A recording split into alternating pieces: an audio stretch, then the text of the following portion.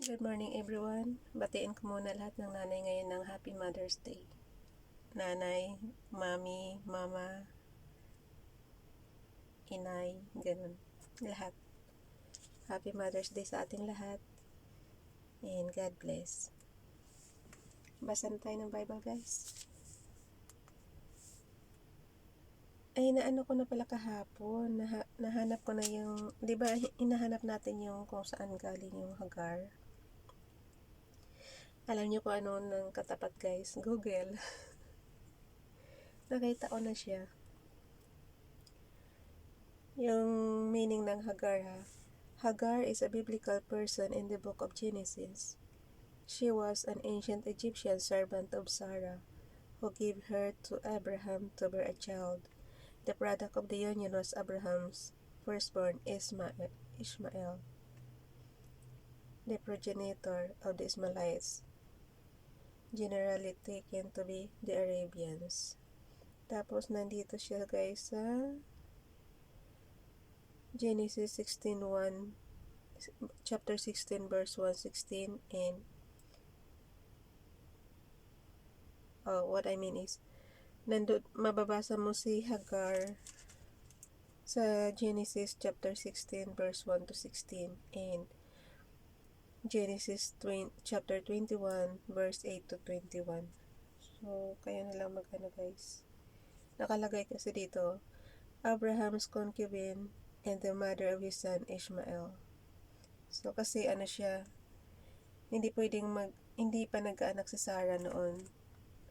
So kaya binigay si Hagar, yung Egyptian servant ni Sarah. Parehong-pareho sila kay Jacob. Diba si Rachel tsaka si Leah? Hindi rin mag-anak si Rachel nung una. Kaya yung mga servant din nila ang binibigay. So yun. Nakuha nyo na. Kung mayroon tayong hindi maintindihan, guys, sa Bible, Google lang ang katapat. Google lang talaga ako. Yun. Kaya maraming salamat kay Google. Nasasagot yung tanong natin. So, basa na tayo. Unahin muna natin yung dyan at mukhang mahaba na naman yung 1 Chronicles, so 4, 5, 6. Dito tayo muna sa John chapter 6 verse 1 to 21. Pang May 18 na natin to. 21 na saan? Ayun.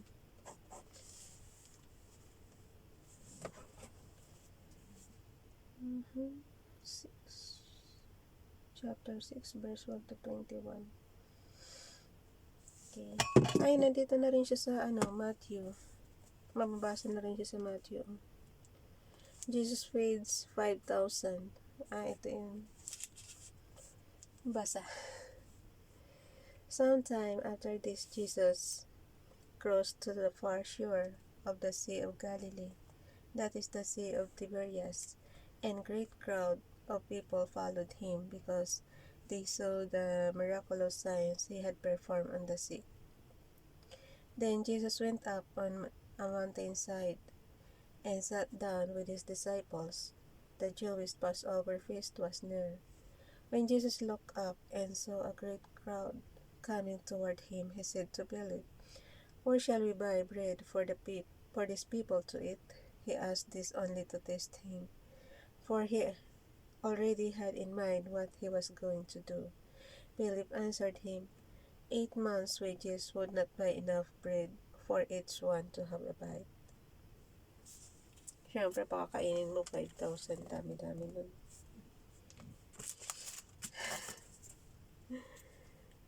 Sa verse 8. Another of his disciples, Andrew, Simon Peter's brother, spoke up. Here is a boy with 5 small barley loaves and 2 small fish, but how far will they go among so many? Jesus said, "Have the people sit down." There was plenty of grass in that place, and the men sat down, about 5,000 of them. Jesus then took the loaves, gave thanks, and distributed to those who were seated as much as they wanted. He did the same with the fish, distributed of those who were seated. I don't know. Hindi ko makita. Okay. He did the same with the fish. When they had all had enough to eat, he said to his disciples, "Gather the pieces that are left over. Let nothing be wasted." So they gathered them and filled 12 baskets with the pieces of the 5 barley loaves left over by those who had eaten. After the people saw the miraculous signs that Jesus did, they began to say, "Surely this is the prophet who is to come into the world." Jesus, knowing that they intended to come and make him king by force, withdrew again to a mountain by himself. Jesus walks on water. O, nabasa na rin natin to sa Matthew. When evening came, his disciples went down to the lake, where they got into a boat and set off across the lake of Capernaum. By now it was dark, and Jesus had not yet joined them. A strong wind was blowing, and the waters grew rough. When they had rowed 3.5 miles, they saw Jesus approaching the boat, walking on the water, and they were terrified. But he said to them, "It is I, don't be afraid." Then they were willing to take him into the boat, and immediately the boat reached the shore where they were heading. Dito na tayo sa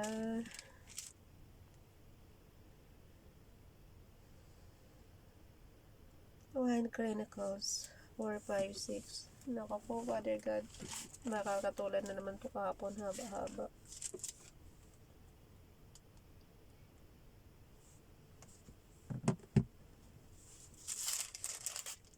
Or 5 1 Chronicles 4:5-6. Haba nga, guys. Pwede bang sa mata na lang to?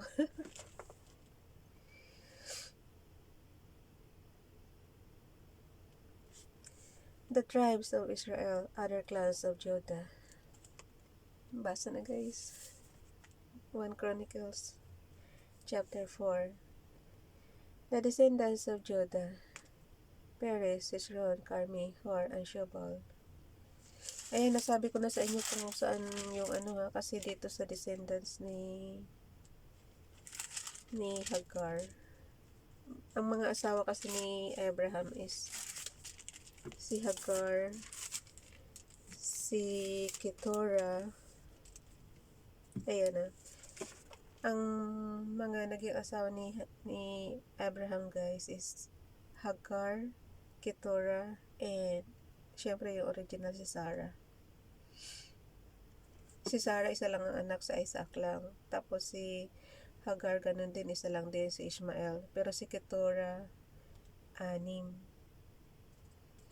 Nabasa ko to after daw mamatay si Sarah, kaya naging asawa niya si Keturah. Nag-google ko na rin to kahapon. So yan, maliwanag na. Teka muna.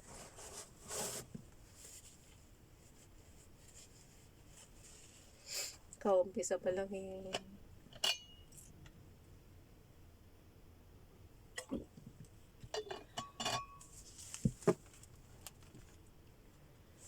Okay. The tribes of Israel, other clans of Judah. The descendants of Judah: Perez, Hezron, Carmi, Hor, and Shobal. Reaiah, son of Shobal, was the father of Jonath, and Jonath the father of Ahumai and Lahad. These were the clans of the Sorathites. These were the sons of Ethan, Jezreel, Ishma, and Idbash. Their sister was named Hazelponi. Penuel was the father of Gedor, and Ezer the father of Hosha. These were the descendants of Hor. Nako po, yung ilong ko.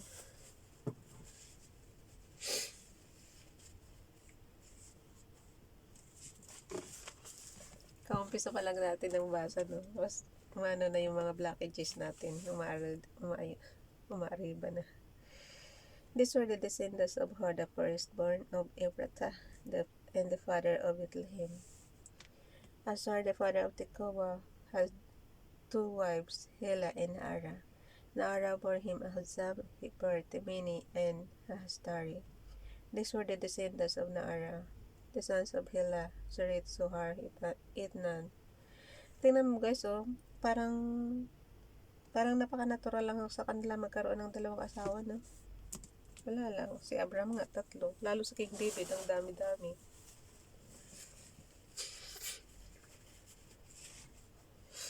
Bukod pa sa 1,000 concubine, dami pang asawa.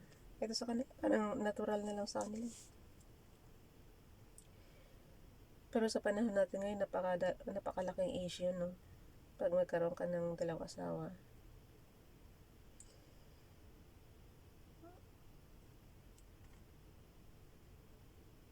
Pero para sa akin, if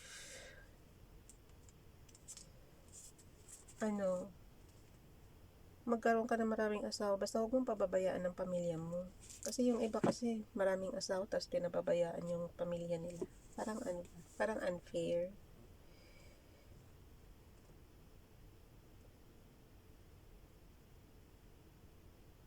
Asher, the father of Tekoa, had two wives, Hela and Naara. Naara bore him as Ahzam, Hipper, Temeni, and Hahashtari. These were the descendants of Naara, the sons of Hela, Zeret, Zohar, Idnan, and Kos, who was the father of Adnob and Hazubibah, and of the clans of Arhel, son of Harum. Jabez was more honorable than his brothers. His mother had named him Jabez, saying, I gave birth to him in pain.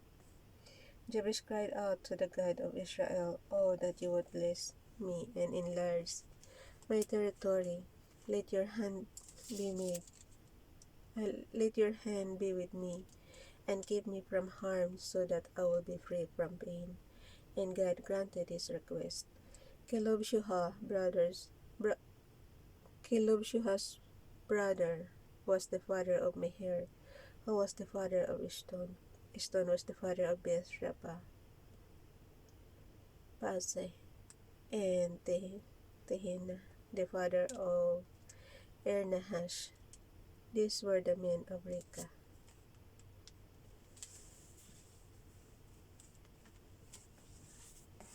These were the men of Reka. May nakalagay kasi dito guys, oh.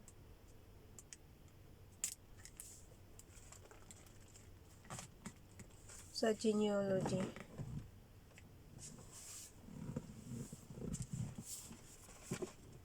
Basahin ba natin to? Adam, Noah, Abraham, Isaac, Esau, Amalek, Israel, Jacob, pareho kasi yan. Judah, Tamar, Perez, Boaz, Jesse, David, Joab, Anon, Absalom, Adonijah, Bathsheba, Solomon, Reuben, Aaron, Nadab, Eleazar, Korah, Joshua, Saul, Jonathan.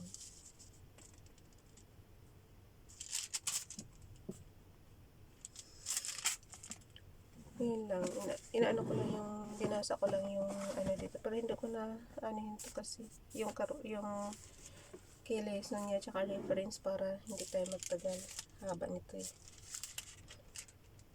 So dito na tayo sa verse 13.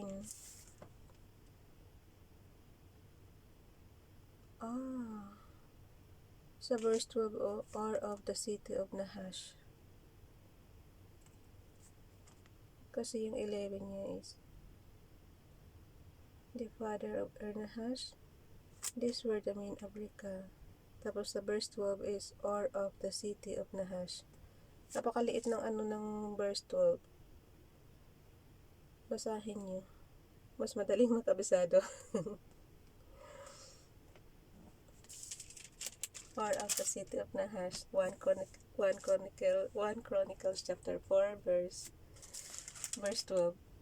Or of the city of Nahash. Ano? Or of the city of Nahash. Tama nga. Di ba? Makaikli. Sa verse 13. The sons of Kenaz, Othniel, and Seraiah. The sons of Othniel pala yun. The sons of Othniel, Hadad, and Menatai. Menatai was the father of Oprah.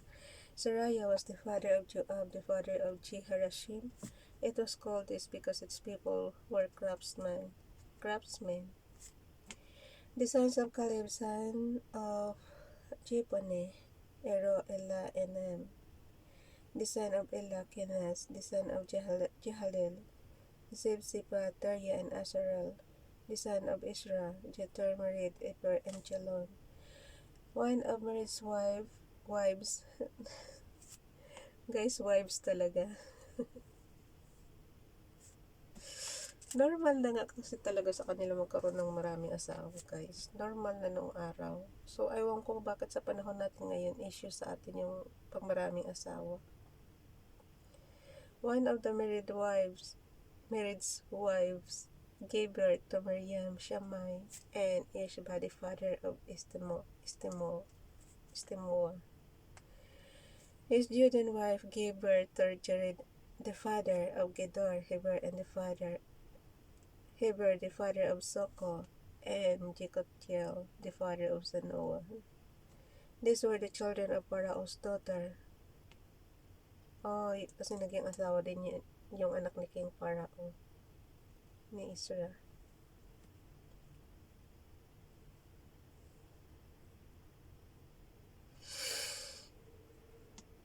Married pala. Si Merid pala yung nakasawa kay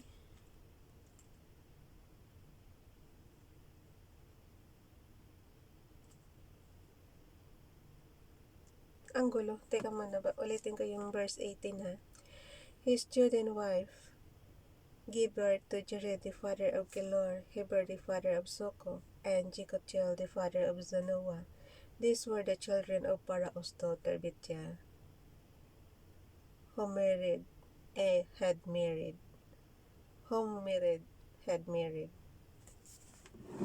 Yun na yun.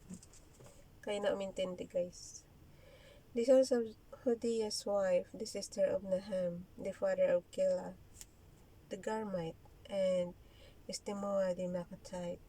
The sons of Shimon, Amnon, Rina, Ben-Hanan, and Talon. The descendants of Ishe, Zuhet, and Ben-Zuhet. Tingnan mo lang, guys. Oh.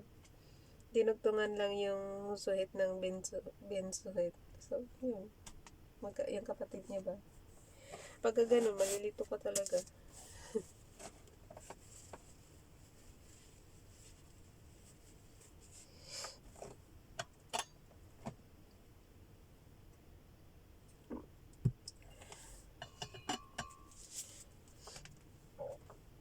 Saan na tayo?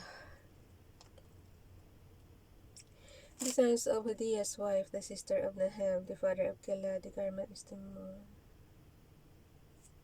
Tapos na.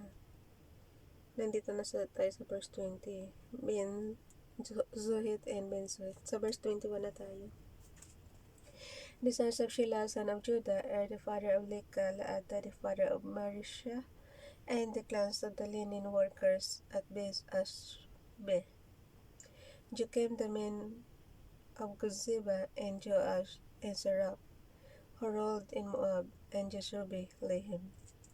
These records are from ancient times. They were the potters who lived at Netaim and Gedera. They stayed there and worked for the king.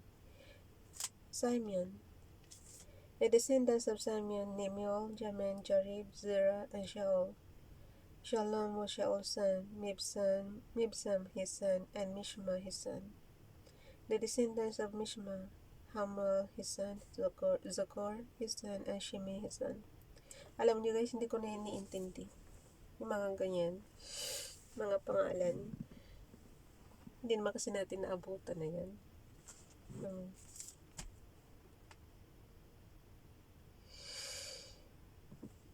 Sa verse 26 tayo, the descendants of Mishma, Hamal his son, Zakur his son, and Shemel his son, and Shimei his son. Shimei had 16 sons. Allah, 16 sons and 6 daughters, so 22. But his brothers did not have that but his brothers did not have many children, so their entire clan did not become as numerous as the people of Judah. They lived in Beersheba, Molada, Hazar, Shoal, Bilham, Bisim, Tulad, Bethel, Hormah, Ziklag, Beth, Markaboth. Hi. Sa verse 31 yun guys. Beth, Markaboth, Hazar, Zosem, Beth, Beri, and Sharim. These were their towns until the reign of David. Their surrounding villages were Etam and Ain, Rimmon, Tokin, and Ashan, 5 towns, and all the villages around these towns as far as Baalath. These were their settlements, and they kept a genealogical record. So yun yung general, bulol na. Genealogical record.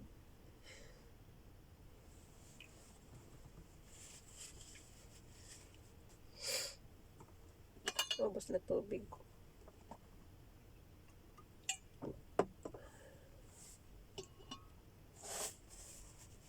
Para tumagal tayo sa pagbabasa, inom lang ng inom ng tubig guys. Verse 34. Meshubab, Jamlech, Jusha, son of Amaziah, Joel, Jehu, son of Joshibiah, the son of Sariah, the son of Ashiel, also Elionai, Jacoba, Jeshoiah, Asaiah, Agel, Jesemiel, Benaiah, and Ziza, son of Shippi, the son of Alon, the son of Jediah, the son of Shimri, the son of Shemaiah. Why your names is like that? Bakit ang hirap bigkasin ng mga pangalan niyo?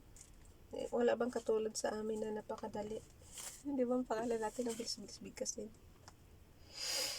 The men listed above by name were leaders of their clans. Their families increased greatly, and they went to the outskirts of Gedor, to the east of the valley, in search of pasture for their flocks.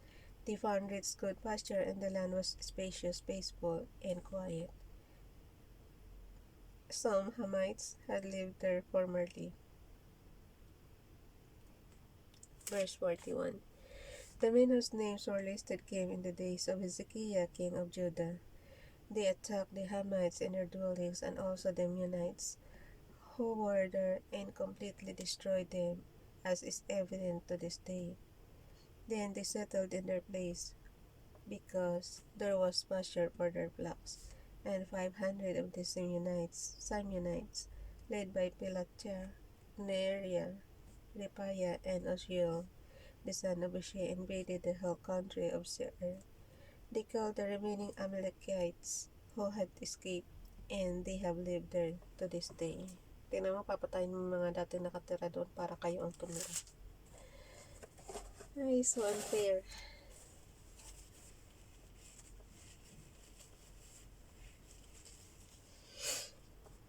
Reuben, the sons of Reuben, the firstborn of Israel. He was the firstborn, but when he defiled his father's marriage bed, his rights as firstborn were given to the sons of Joseph, son of Israel. Oh, di ba si Reuben anak rin to ni Israel? The sons of Reuben, the firstborn of Israel. Ah, yes. Oo nga, the firstborn nga siya. Kasi nga hindi magkaanak si Rachel. So, ang naging, di ba nga, ang naging asawa ni Israel noong una is si Rachel. Ay, Ang gusto niya talaga is si Rachel, kaso ang binigay ng biyanan niya is si Leigh. So yun, kaya nag-ano ulit ng, pag binalikan mo yung story ni Israel, bago niya napangasawa si Rachel, alam mo yun, yung si Rachel ang mahal mo, tapos ang ibibigay sa'yo ng tatay is yung panganay, si Leigh. So yun, pero nagkaanak si, sa mga servant yata to eh. Hindi rin kasi yata nagkaanak kaagad. The sons of Reuben, the firstborn of Israel, he was the firstborn, but when he defiled his father's marriage bed, his rights as firstborn were given to the sons of Joseph, son of Israel, so he could not be listed in the genealogical record in accordance with his birthright. And though Judah was the strongest of his brothers and ruler came from him, the rights of the firstborn belonged to Joseph. The sons of Reuben, the firstborn of Israel, Hanan's followed his throne in Carmi. The descendants of Joel, Shemaiah his son, Gog his son, Shimi his son, Micah his son, Raias his son, Baal his son, and Bera his son, whom Tiglath-Pileser, king of Assyria, took into exile. Bera was a leader of the Reubenites. The relative by clans listed according to their genealogical records. Jael, the chief Zechariah, and Bela, son of Azaz, the son of Shema, the son of Joel. They settled in the area from Aroer to Nebo and Baal-Meon. To the east, they occupied the land up to the edge of the desert that extend to the Euphrates River, because their livestock had increased in Gilead. During Saul's reign, they waged war against the Hagrites, who were defeated at their hands. They occupied the dwellings of the Hagrites throughout the entire region east of Gilead. Gad. The Gadites lived next to them in Bashan. As far as Salikha, Joel was the chief, Shopham the second, then Janai and Shaphat in Bashan. The relatives by families were Michael, Meshullam, Sheba, Jarai, Jachan, Zia, and Eber, 7 in all. These were the sons of Abihail, son of Hori, the son of Jaroah, the son of Gilead, the son of Michael, the son of Shishai, the son of Jado, the son of Buz. The Gadites lived in Gilead, in Bashan and its outlying villages, and on all the pasture lands of Sharon as far as the extended. Nagreklamo na dyan ko. Haba na pala ng oras natin, guys. All these were entered in the genealogical records during the reigns of Jotham, king of Judah, and Jeroboam, king of Israel. The Reubenites, the Gadites, and the half-tribe of Manasseh had 44,760 men. 44,760, dami naman. Men ready for military service, able-bodied men. Alam mo, napaka-importante ng military nila nung araw kasi nga puro sila giyera. Wala nang ginawa kundi mag-giyera.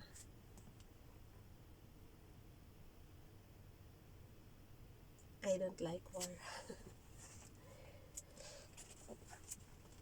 Men ready for military service, able-bodied men who could handle shield and sword, who could use a bow, and who were trained for battle.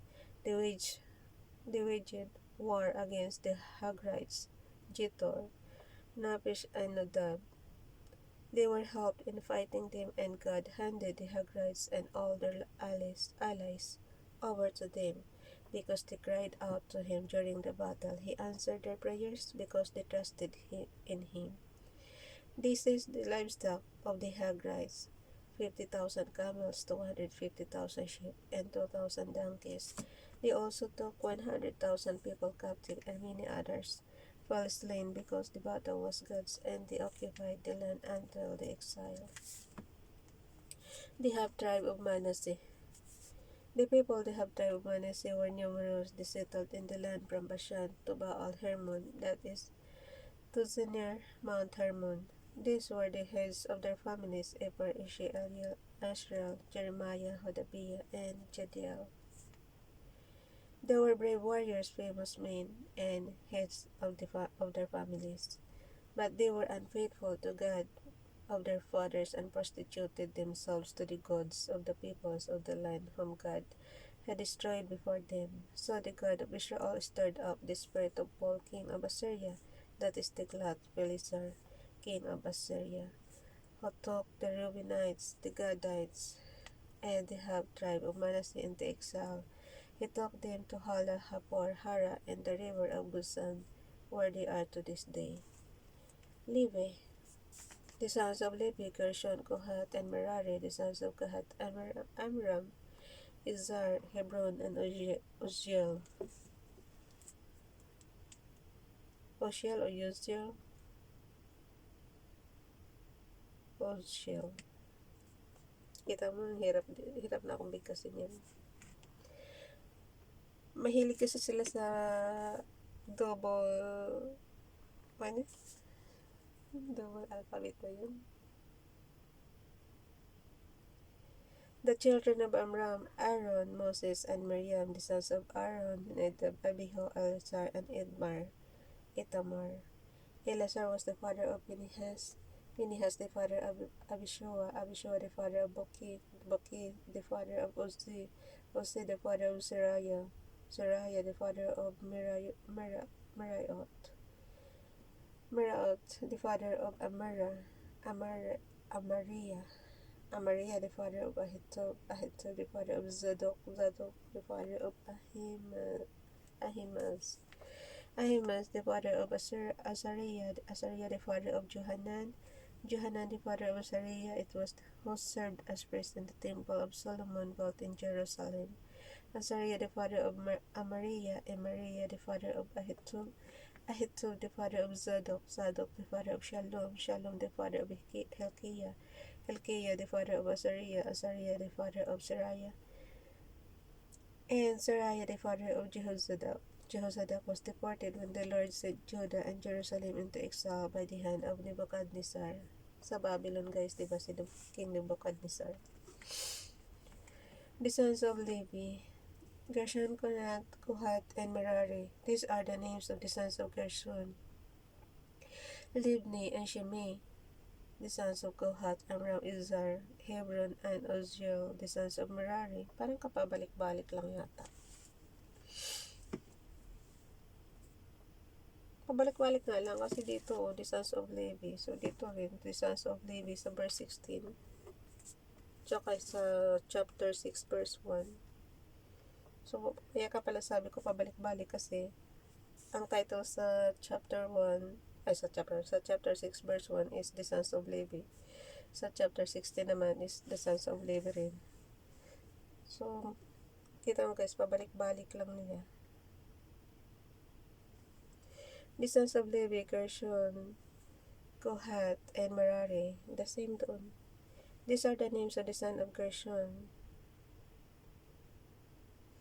Libni and Shimei. The sons of Kohath: Amram, Izhar, Hebron, and Uzziel. The sons of Merari: Mashli and Moshe. These are the clans of the Levites listed according to their fathers. Of Gershon: Libni his son, Jihad his son, Zima his son, Joah his son, Ido his son, Zerah his son, and Jiterai his son. The descendants of Kohath: Aminadab his son, Korah his son, Asir his son, Elkanah his son, Abiasaph his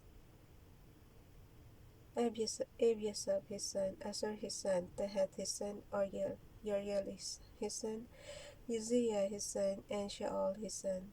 The descendants of Elkanah: Amasai, Ahemoth, Elkanah his son, Sophia his son, Nahath his son, Eliab his son, Jeroham his son, Elkanah his son, and Samuel his son. The sons of Samuel: Joel the firstborn, and Abijah the second son. The descendants of Merari: Mahli, Libni his son, Shimei his son, Uzzah his son, Shimei, his son, Haggai,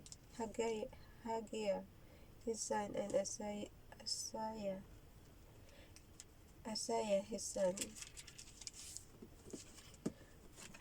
Pasensya na. Mahina tayo sa pagbabasa niyan. The temple musician. These are the men David put in charge of the music in the house of the Lord after the ark came to rest there. They ministered with music before the tabernacle, the tent of meeting, until Solomon built the temple of the Lord in Jerusalem. They performed their duties according to the regulation laid down for them. Here are the men who served together with their sons from the Kohathites. Heman, the musician, the son of Joel, the son of Samuel, the son of Elkanah, the son of Jeroham, the son of Yel, the son of Toa, the son of Zoph, the son of Elkanah, the son of Mahat, the son of Amasai, the son of Elkanah, the son of Joel, the son of Azariah, the son of Zephaniah, the son of Tahat, the son of Asher, the son of Ebiasaph, the son of Korah, the son of Izar, the son of Kohath, the son of Levi, the son of Israel, and Heman's associate Asaph, who served his right hand, Asaph, son of Berechiah, the son of Shimei, the son of Michael, the son of Ashiah, the son of Alkijah, the son of Itnai, the son of Zerah, the son of Adaiah, the son of Ethan, the son of Semah, the son of Shimei, the son of Jahath, the son of Gershon, and Gershon, the son of Levi, and from their associates the Merarites. At his left hand, Ethan, son of Kishi, the son of Abdi, the son of Maloch, the son of Hashabiah, the son of Amasiah, the son of Hilkiah, the son of Amsi, the son of Bani, the son of Shemar, the son of Mahali, the son of Moshe, the son of Merari. Parang Moshe, ano nila eh. The son of Moshe, the son of Merari, the son of Levi. Their fellow Levites were assigned to all the other duties of the tabernacle, the house of God. But Aaron and his descendants were the ones who presented offerings on the altar of burnt offerings. Kasi si Aaron, mga priest na sila, mga Levites sila, diba? But Aaron and his descendants were the ones who presented offerings on the altar of burnt offering and on the altar incense. Kaya inanuhan yung mga Levites, guys. Sila ang nakatoka doon sa temple, sa altar. Kasi nga, wala silang tribes. Kaya yung dito, sila yung nakalaan dito na mag-serve.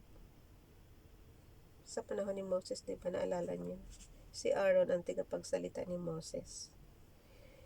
Their fellow Levites were assigned, sa 48 yan ha. Verse 48. Their fellow Levites were assigned to all the other duties of the tabernacle, the house of God. But Aaron and his descendants were the ones who presented offerings on the altar and of burnt offerings and on the altar of incense, in connection with all that was done in the most holy place, making atonement for Israel, in accordance with all that Moses, the servant of God, had commanded. As Moses, ang tawag talaga sa kanya is servant of God. Kasi lagi kong tinatawag prophet, hindi pala. Servant of God pala talaga siya. These were the descendants of Aaron: Eleazar his son, Phinehas his son, Abishua his son, Boki his son, Uzi his son, Zariah his son,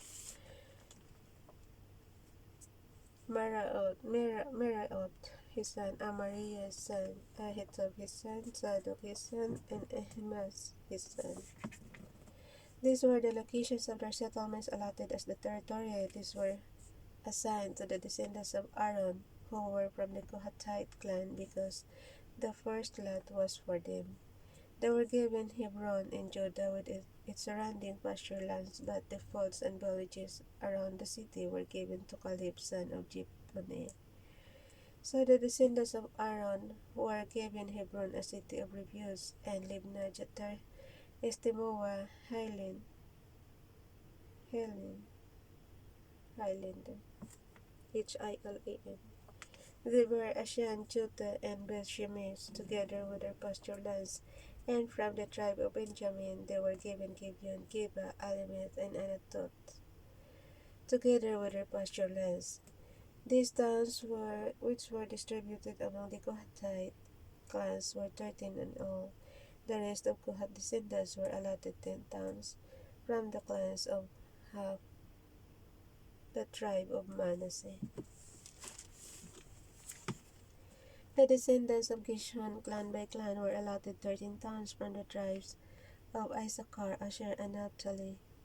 And from the part of the tribe of Manasseh that is in Bashan, the descendants of Merari, clan by clan, were allotted 12 towns from the tribes of Reuben, Gad, and Zebulun. So the Israelites gave the Levites these towns and their pasture lands from the tribes of Judah, Simeon, and Benjamin. They allotted the previously named towns. Wait.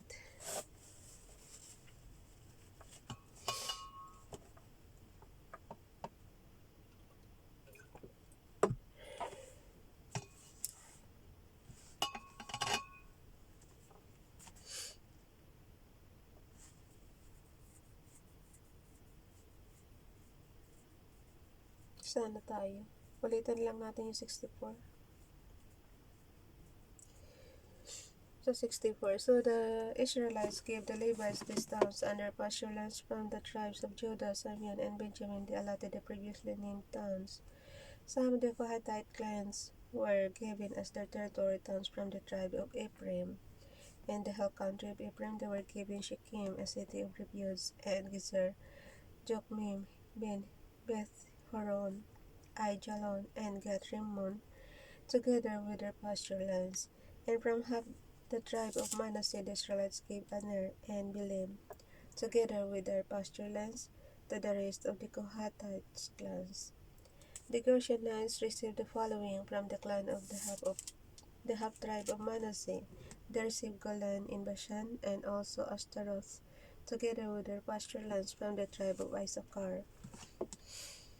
They received Kadesh, Deberath, Ramoth, and Enim, together with their pasture lands. From the tribe of Asher, they received Mashal, Abdon, Hokok, and Rehob, together with their pasture lands. And from the tribe of Naphtali, they received Kadesh in Galilee, Hammon, and Kiriathaim, together with their pasture lands.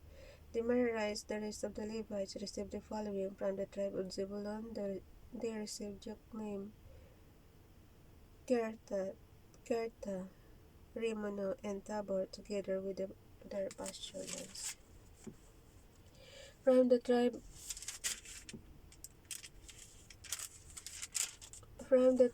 of Reuben,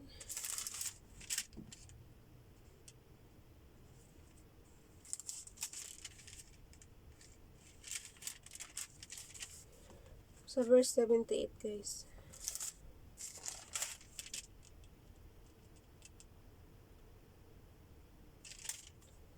Verse 78.